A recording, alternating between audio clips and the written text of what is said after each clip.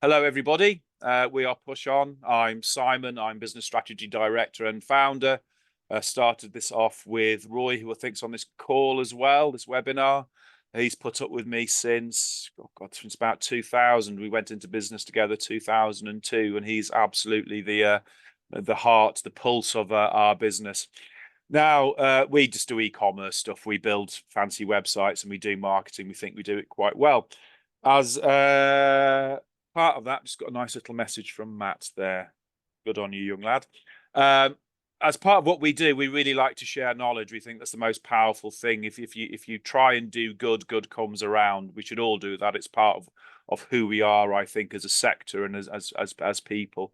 I've had the privilege of working with Danny previously, a man of great business capability, has worked in many great places. We did some work when he was chief exec of Neveo, and that's really important to understand because it's not just some tech whiz kid coming along going, I've got some tech. This is somebody who's worked at the very highest level, understands business and business purpose, and understands how to be efficient. Danny started off his new business, which we'll tell you about, and he's very kindly agreed to share some knowledge on how you can actually use AI rather than just doing fancy warrior pictures on Midjourney. So I'm going to shut up now, which will be to the relief of everyone. Danny, over to you. Thank you very much, Simon, and thank you for inviting me along. Hello, everybody. I'm Danny, and as Simon said, I've worked in technology most of my career, but I'm not technical. Previously was the CEO at Neveo, which is an e-commerce grocery platform, and left about a year ago and embedded myself deeply into AI because ChatGPT had been out for a few months and everyone was talking about it, but really wanted to look at it with a business head, looking at how and what it could do in order to help businesses grow and be successful.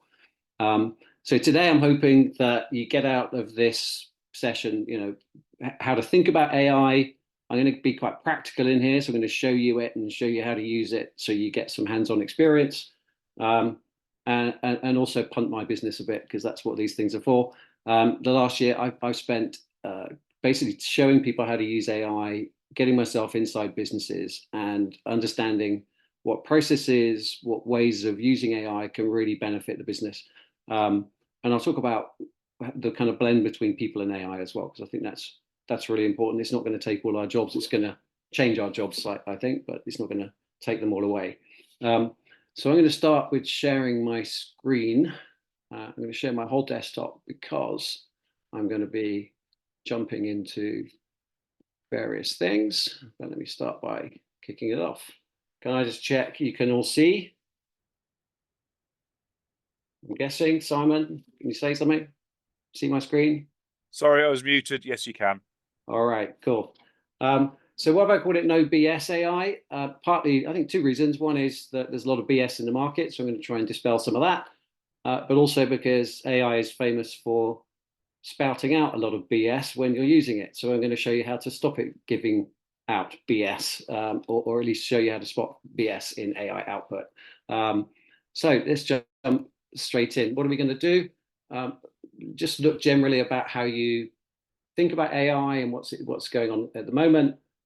Get very practical in how you use it. I'm talking specifically about generative AI, and then get even more specific about what about AI for e-com. Okay. So you already use AI. It's on your smartphone whenever you're texting somebody or you're writing an email. It's actually using AI to understand your texting. So what you might write next, that's quite smart. Self-driving vehicles, etc. I'm not going to dwell too long on that. But this is kind of my first setup. And this isn't an industry standard. This is Danny Rippon's view of AI. But it helps frame conversations that you might have in the office about types of AI, because AI is everywhere. We just saw it's in cars, for example.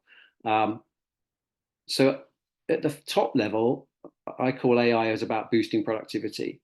And examples of that are things like ChatGPT, Claude, Bard, and other things. And we're going to use those today. I'm going to show you how to use that to boost productivity. The next level of AI is where typically vendors, software vendors and other companies have taken that first level of AI and embedded it within their product. So a great example is Microsoft Copilot.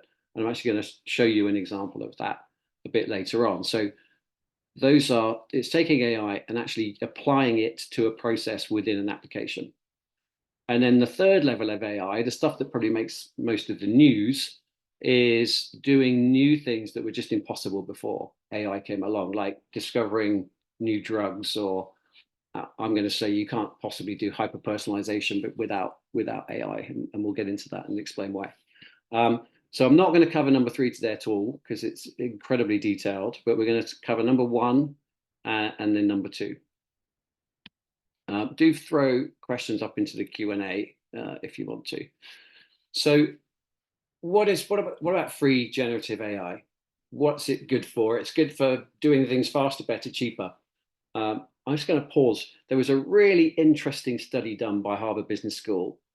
They looked at 750 Boston Consulting Group employees and gave half of them ChatGPT and half of them not ChatGPT, and gave them a whole bunch of tasks, the same tasks to each group. The results, so they studied how they worked, etc. The results were pretty outstanding. So those with ChatGPT did 25% more work than those without it. And even more interesting, those that were new or inexperienced produced 40% higher quality work. So I just want to think about that for a second. That's 25%. That's more than a day a week more work output if you use one of these free tools. A day a week more work. And I'm going to show you how to use them today. So it's a pretty good bit of technology for boosting your productivity. These are just some examples of what I've seen in my work people use it for. The one that I think people didn't realize is things like predicting and handling objections. Let's say you're about to go into a customer meeting, or you're about to go and ask your boss for a pay rise. You can ask AI to predict what objections the customer or your boss might have, and give you some examples of how you might handle those objections. So there are some really interesting use cases for it. The 3 main ones on the market at the moment, I'll talk a little bit more in detail about them later, but the ChatGPT, that's the one your kids use to do the homework. Claude and Bard by Google, which they announced yesterday they're going to rename as Gemini. I'll talk a bit more about them, and I'm actually going to show you ChatGPT and Claude today and show you some actual hands-on stuff. Any questions? I don't know. Well, I can't pause the questions. I think you've muted everyone, haven't you? So let's dive straight in. So how do you get great results with AI? The first thing we need to do is move our mindset. I'm sure everyone on this call has grown up using the internet, and AI, although it's using a web page or similar to the internet, it's not the internet. So you need to change how you think about using AI. Don't ask it questions, you task it to do something. That's a really important thing to think about. You have to task it, not ask it. So when you do that, I'll give you some examples later on. It's like having a colleague sat next to you that is a polymath. It knows everything about every topic you can ever imagine. And so how you formulate your first question to it is really important. How you contextualize to AI what you're talking about to it, because it knows law and medicine and cooking and Gucci shoes. It knows everything. You have to kind of distill it down as you're prompting it to make sure you're asking it to go and search in the right bit of itself. Otherwise, you can get some very strange answers. Once you've done an initial prompt, you can then iterate and so forth. But it's shifting your mind from asking it something to tasking it something is really, really important. It's the critical way of getting good stuff out of AI. So what does an initial prompt look like? And I'm going to use an example in a second and flick over and show you how to do it. But the first time you use any of the AIs, you want to make sure that you put these 5 things into your initial prompt. You give it a mission, a role, a task, a format, and a style. What might that look like? So I'm going to actually show you some with this in a second. So we're going to say, I want the mission being, I need to create some new products. So I want to brainstorm some new products. You tell it what role you want it to perform. So you say, yeah, you're a product designer. You give it the task. I want you to go and look at my current products and recommend 3 new ones based on my customer segments. You tell it how you want the output. I want the output to be in bullets. And then you tell it what style of writing to do. And I think you're going to get this later. So I've just thrown some examples of missions and roles, etc. At the bottom there. So I'm going to jump, and Simon knows I'm going to do this. Just double checking again, Simon, that you can see my screen. Yes. Yes, I can. It's all good. Okay, cool. So we're picking on PushON. So I'm taking that prompt and I'm saying, we want to create new products that add value to PushON. You're a product designer and commercial expert. Browse the product portfolio to understand the business. Recommend 3 new products that are aligned to our customer segments, and suggest pricing for each of those. The format should be in bullet points and write in this persuasive professional style. Just for orientation, by the way, you can see my URL at the top there. That's anyone can go on this. It's free and available. But what happens when I hit this is, oh, look at that. There we go. Gotta love that, haven't you? I've got unusual activity. Let's try again. And Simon, you can validate whether this is true.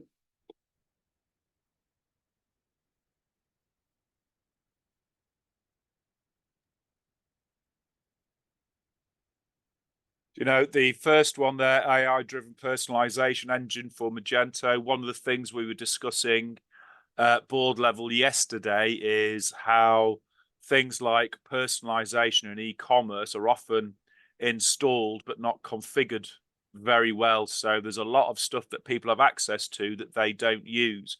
So in reality, an AI-driven personalization engine for Magento, or the ability to actually use its support for using it's actually on our on our thinking at the moment. We do. Sorry. That's interesting. Yeah, that's we're thinking on that. There's so much that people can do in e-commerce and should do, but don't. So yeah, business intelligence and analytics thing is a thing that's been an ambition for a while for us to do a little bit more on that. We do a fair amount in analytics, but not the full-on sort of doing a full analysis throughout the business kind of thing as well. And we do the digital marketing and SEO service package, but the first bit of our website is probably more e-commerce development based than marketing based. Yeah. So this fits. So really interesting, right? It didn't know anything about your company. So what I told it to do was go browse your website, learn your company, and then come up with some innovative ideas. So it's come up with some. And now we've done that initial prompt, we can iterate. So I'm just going to say, tell me more about that first one and how PushON could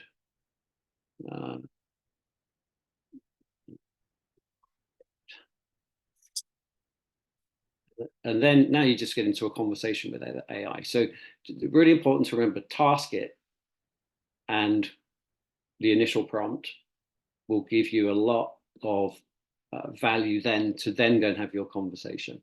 So you can expand on this. You can tell it to create your business case for it. You can tell it to who might be your pilot customers. You can ask it all these things. You task it all of this stuff, and it creates all of this great content.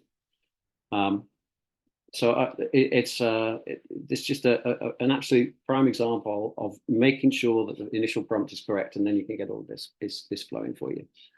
So let me jump back to the deck because I'm going to show you some other things. So sometimes the information that you have available isn't available on the internet, and you want to teach AI something about your products or your services or something that's confidential to your business. I'll go on to talk about confidentiality in a moment. So I work with a business, actually an investor and a board member called Beauty and Vitality, which is a skincare brand. And we were trying to put the product onto Amazon, and Amazon sent us this content guide. We had the content guide, and we had a kind of, I don't know, a PIM download, if you like, of the product details. And what we wanted to do was use AI to complete all the content that Amazon were asking us to provide as quickly as possible. I mean, this was probably a week's worth of content creation if we'd have done it manually. Let me show you what we did. And I'm going to go and use Claude for this one. So I created this prompt. We're adding our products to Amazon. That's the mission. You are an expert content writer. That's the role. I've got to attach them. So I'll just drag them in here. These are the two documents, by the way. Review the Amazon content, best practice document, and create. I've actually narrowed this down because it would create an enormous output if I didn't narrow it down a bit. So create the enhanced product content for this product using a couple of hundred words by learning about my products from this uploaded PDF here. Output as recommended by Amazon, and make it SEO friendly and write in a marketing style suited to a female audience with high knowledge in skincare. Here you go. It reads the Amazon document, understands Amazon's version of good content. It then reads my product information and then comes back and creates all my content for me.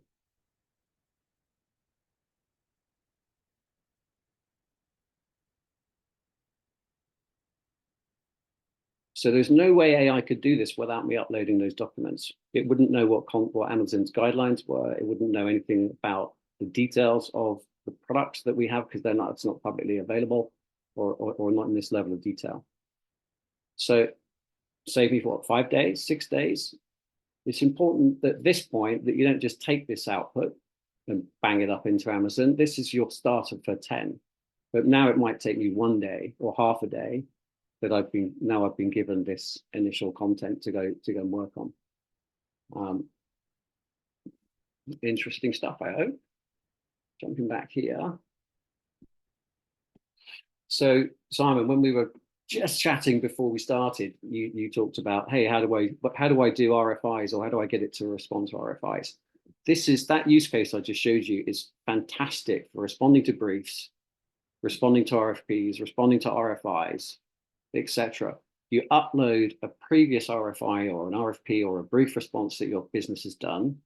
You upload the one that you're trying to respond to, and you say, using my great example I've just uploaded, answer all the questions in the brief or the RFI I've just been given.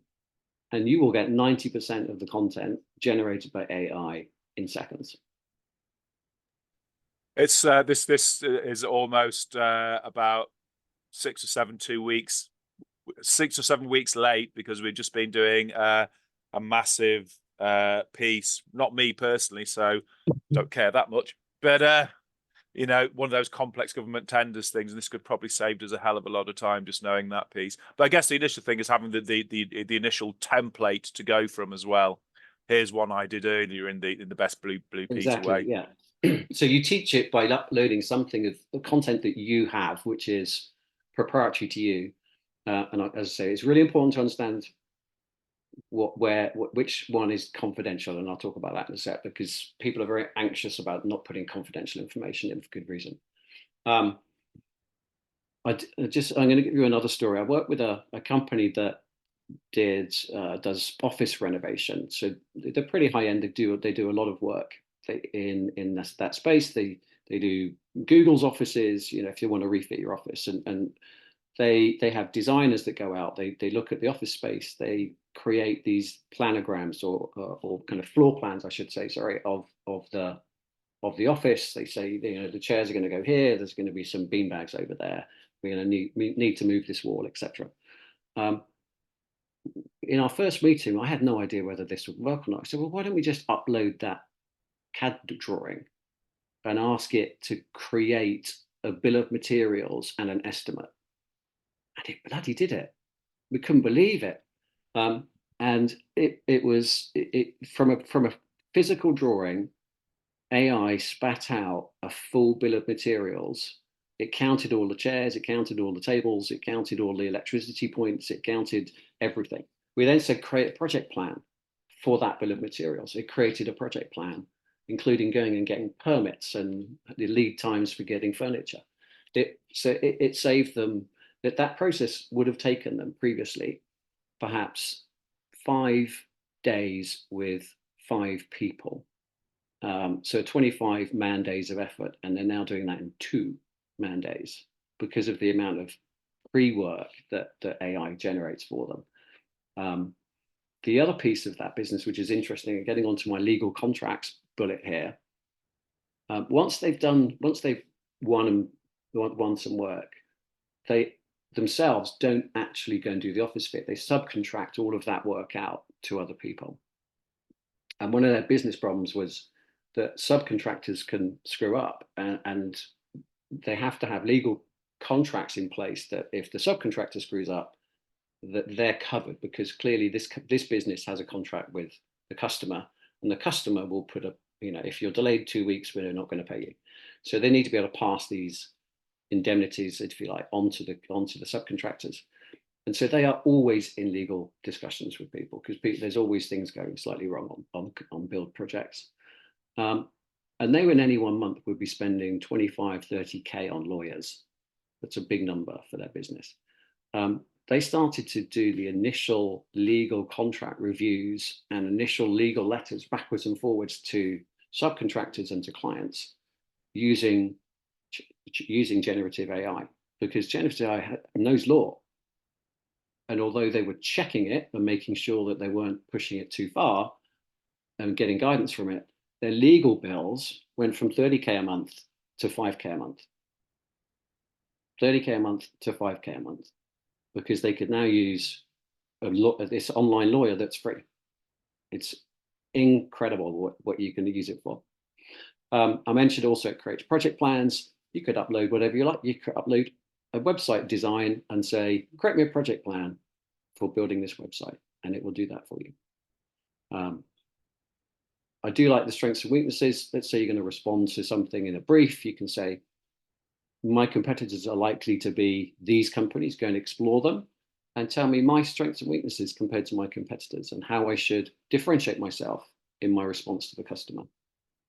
So these uploading it and teaching it new things is a really critical part of being successful and getting a lot of power out of AI.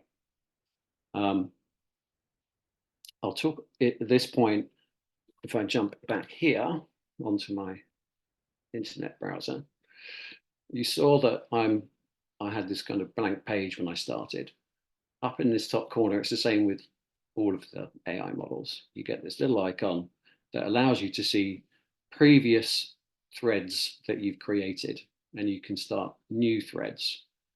Why am I pointing this out is because each thread has a limit to how much information you can put in it. And the more information you put in it, the slower it will run and the more free resources that you consume. And each day you get a limited amount of resources with these models.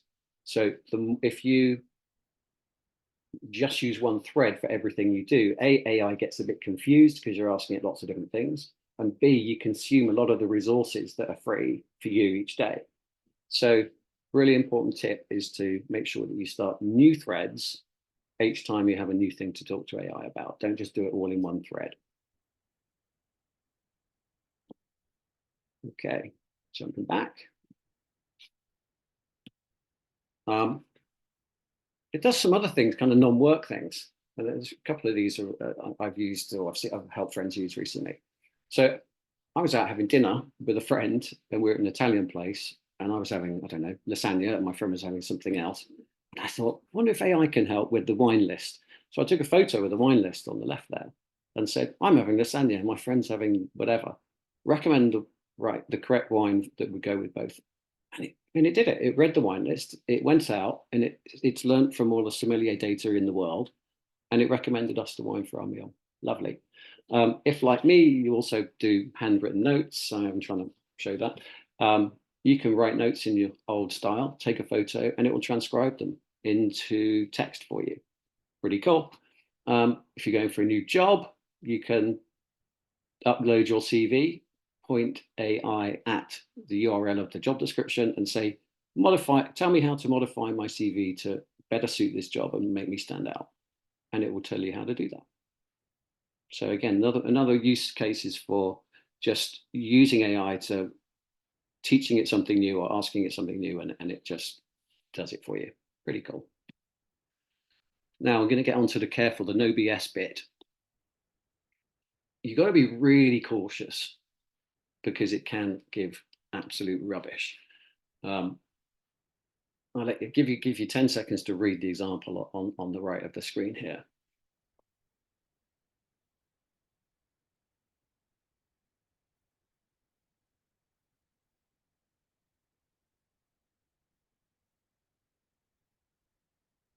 Now, we humans have language drilled into us since birth, and we have these bridges that we've made in our brain that we didn't realize we had. So ChatGPT and all AI is very literal with language. So if you ask it in this case, how many bees there are, its answer was actually correct, but we didn't assume it to be correct at all when we asked it.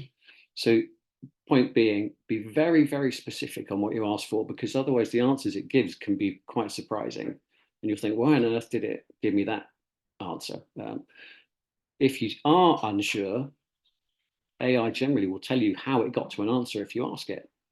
So if it gives you a weird response, you say, provide a step-by-step guide to how you reach that answer.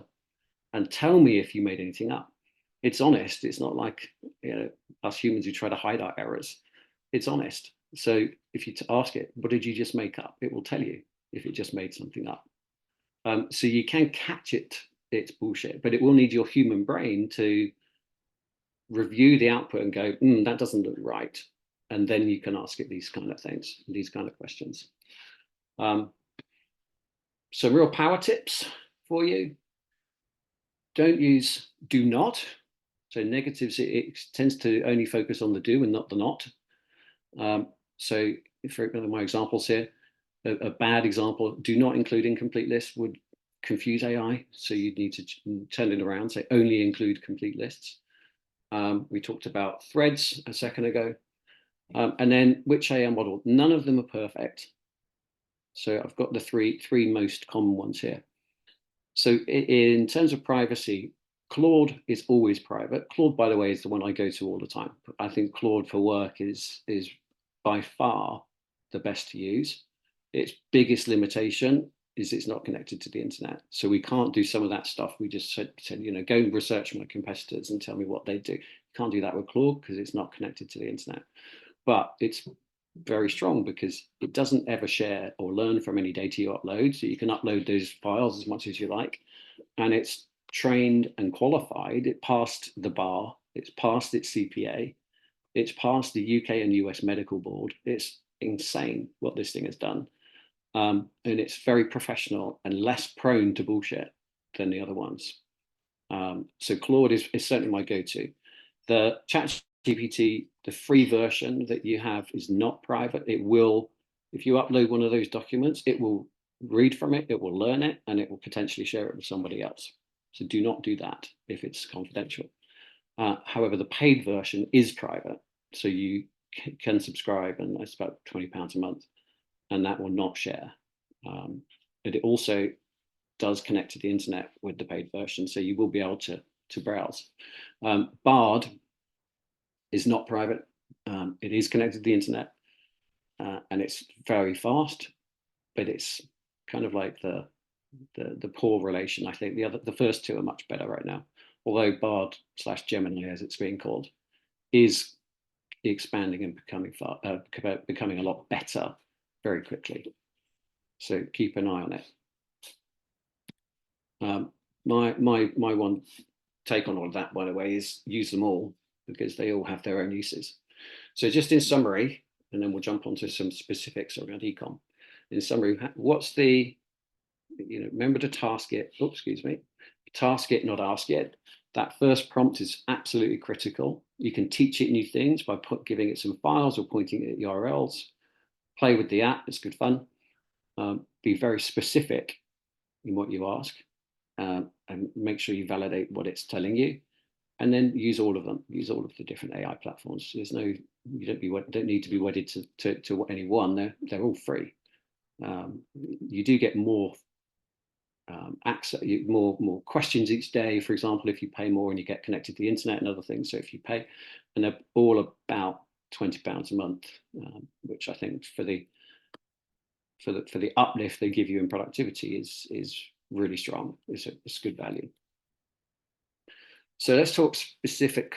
I'm going to pause there actually before I jump into this. Any questions? I'll look in my Q&A here.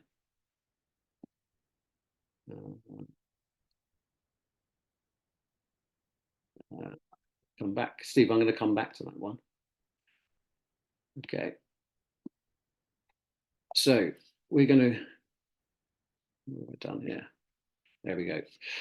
So without doubt, you can use it to create lots of content. You just saw that. I created a whole bunch of content in my Amazon example. But it's absolutely essential that you understand where its strengths and weaknesses are. And we've all read things on the internet and we think, oh, that sounds like it's AI generated. I'm certainly being able to now understand or read through someone's blog post or whatever and think that sounds like it's AI generated.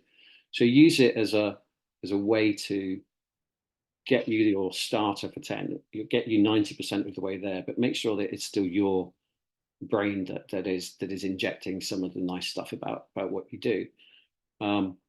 It's not very good at keyword searching, so you need to go back and use your traditional keyword search tools, for example, to understand what's going to work with SEO. You then tell it to use those keywords when it generates some content. You can then ask it to optimize it for more readability, etc., etc. But ultimately, you need to be adding value to it. Otherwise, it just looks like AI generated content. All of the AI models are multilingual. So at any point, if you've got a great blog post, you've got a great piece of content, you literally can say, write this in Spanish, write this in French, write this in whatever, Chinese. Okay, and it will kick it out in that language for you. And I've now been using this for a while. I would say 6 months ago, native speakers in, say, Spanish would say it's a bit crap. But now, in the last month or two, most people would say, French, Spanish, European languages, it's excellent. So you probably don't need to use a translation service again if you use one of these. So taking that tips, doing your keyword research beforehand. If you want to create SEO or AEO friendly content, then use these tools to do it in the way that we just talked about. It will also generate things like meta descriptions, title tags, alt text, all of that stuff. It will do that all for you. So for example, to do an alt text, you take an image, upload it into either ChatGPT or Bard, because Claude doesn't do images. So you upload it into ChatGPT and you say, create an alt text, and it does that for you. It's very good at changing tone. You saw in my initial kind of how do you do a good prompt, one of the things you gave it is to tell the style. So if it creates some content for you, when you don't like it, you just say rewrite, make it more humorous, rewrite, make it more decadent, rewrite, make it more professional, and it will completely write the same piece of content for you, but using a very different tone of voice. You can actually point at your existing website and say, learn the tone of voice from my website and write it in that same tone of voice. So you can start to teach it things again with those URLs so that it's understanding your tone of voice as a business or a person, and then applying that to any text it creates. It starts to feel less like an AI generated piece of content. Okay, done. That was super fast going through that level one, that boosting productivity, right, that we just talked about. So I'm going to go really quickly and just show you an example of the next one level down of these sort of AI embedded within a product. So there's a chap called Anthony Lai, who's the CEO of Amplance. He's a friend of mine, so I asked him to throw me some content so I could show you guys what this might look like. So what they've done is they've taken one of those generative AI tools that we've just looked at and embedded it within their content management system. So all of the stuff that we just saw, you could do without this product. However, having it embedded inside does bring you some advantages because you can do it in scale. You're not cutting and pasting out of an AI tool back into your content management system, etc. So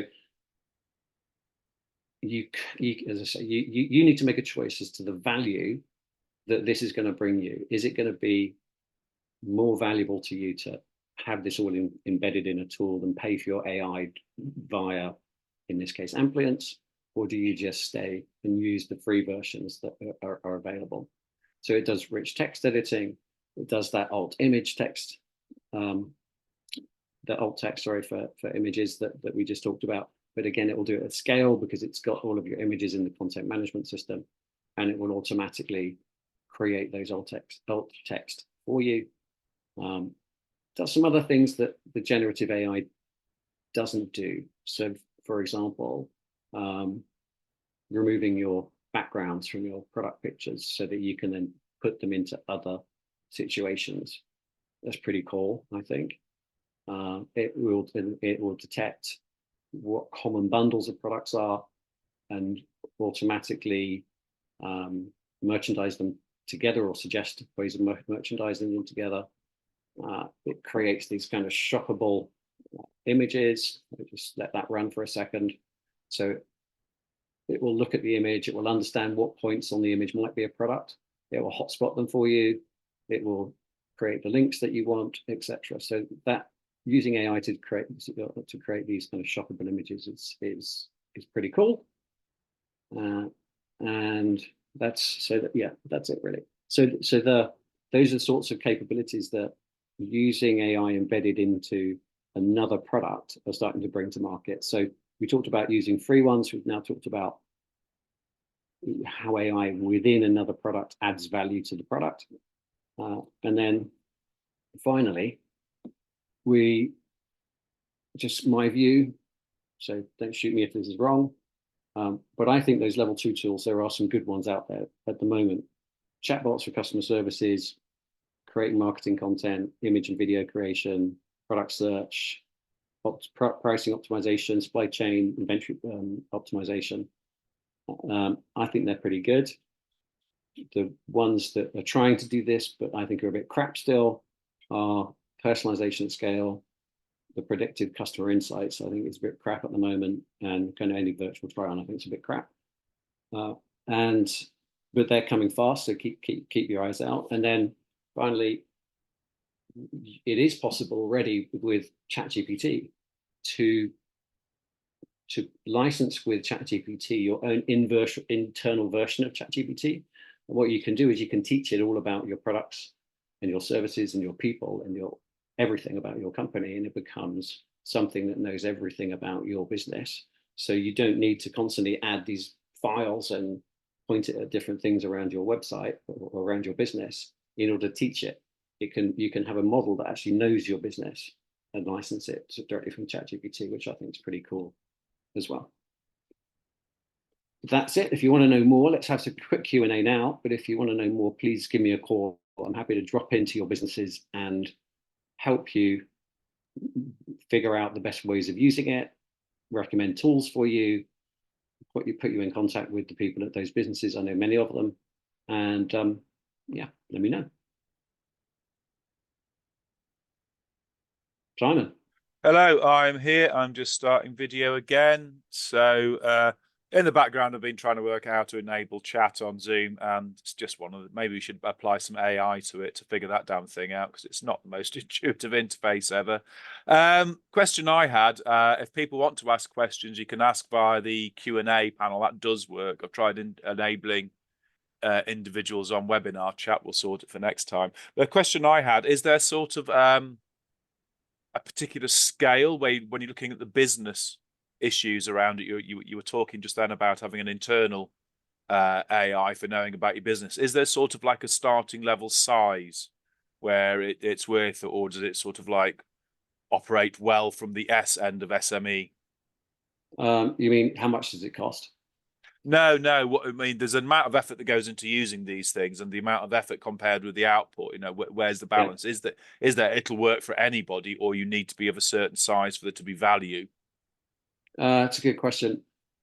It's not cheap to have your Mm. own internal one, and I think price would be as prohibitive as as teaching it. So it's I think they're, I don't know, 20K a month or something for the smallest model That's going to be prohibitive for. for many people. Yeah, Yeah, I certainly think so. yeah. One out of interest, you can do your own personal version. So I have a in ChatGPT, you can create a thing called a GPT, and I uploaded a whole bunch of blog posts I've done, a whole bunch of emails I've written, and said, learn about my style.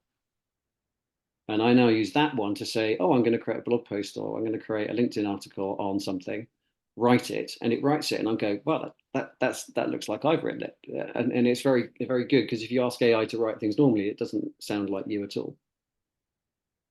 Cool. That's the thing I might do, because I use LinkedIn a fair amount.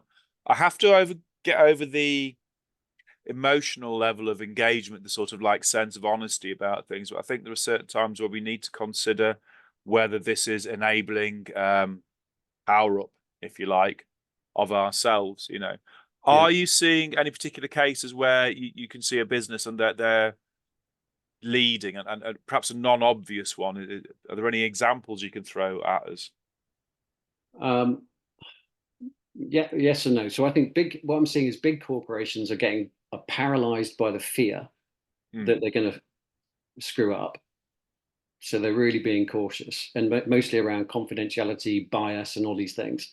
But interestingly, if you think about that three-layer model that I described, Hmm. the but bias and all of that comes into training it, and that's that level 3. The boost that you get from just using the free available chat GPTs of the world, you could roll out in any business right now that's not biased. It's trained. They have armies of people making sure it's not biased. So I think that the productivity gains and perhaps some of the level 2 stuff is really, you could just do it straight away. I don't, but there seems to be a paralysis caused by fear of AI that's stopping it going into companies, when actually I think it's only that level 3 stuff which should cause you to, make questions first of all about how you approach AI. I think there's also that piece, and why we were so delighted to have you on doing the No BS AI is it's a lot really quickly, and it's like, what can it do? So this has been, I think, absolutely ideal. We've got some adoption within PushON. It's um, helping us be better with some of the stuff that we do and be a bit quicker and increase our productivity. But certainly with us, even it's really thinking about who owns this, who has the responsibility, where is the accountability within the organization, and where are those initial sweet spots where we can say, we will apply this piece here to this piece of the business, and we will see if it's effective and measure it. But being able to select those initial bits, I think the certainly for us, the major RFP type responses could be an Yeah. absolute winner. And I noticed Jez previously mentioned that a lot of the various awarding bodies have auto marking in place Mm. and will anticipate large language model generated responses. But if you have to generate a response and then refine it, it's still a massive saving of time, I think, and perhaps an Yeah. increase in accuracy. And that's what I hope I got over today, is that it's all about using it as your sidekick, not using it as your front, right? Yes, absolutely. It is absolutely a time saver to do the grunt work, and then you still use your brain to do the finessing. Cool. Right. I think it's about end of lunchtime. Danny, just one last time, how can people find you? Well, I'm hoping that you can give them my details out to everybody who attended. But I have an email and I have a phone number, which you'll give out, right?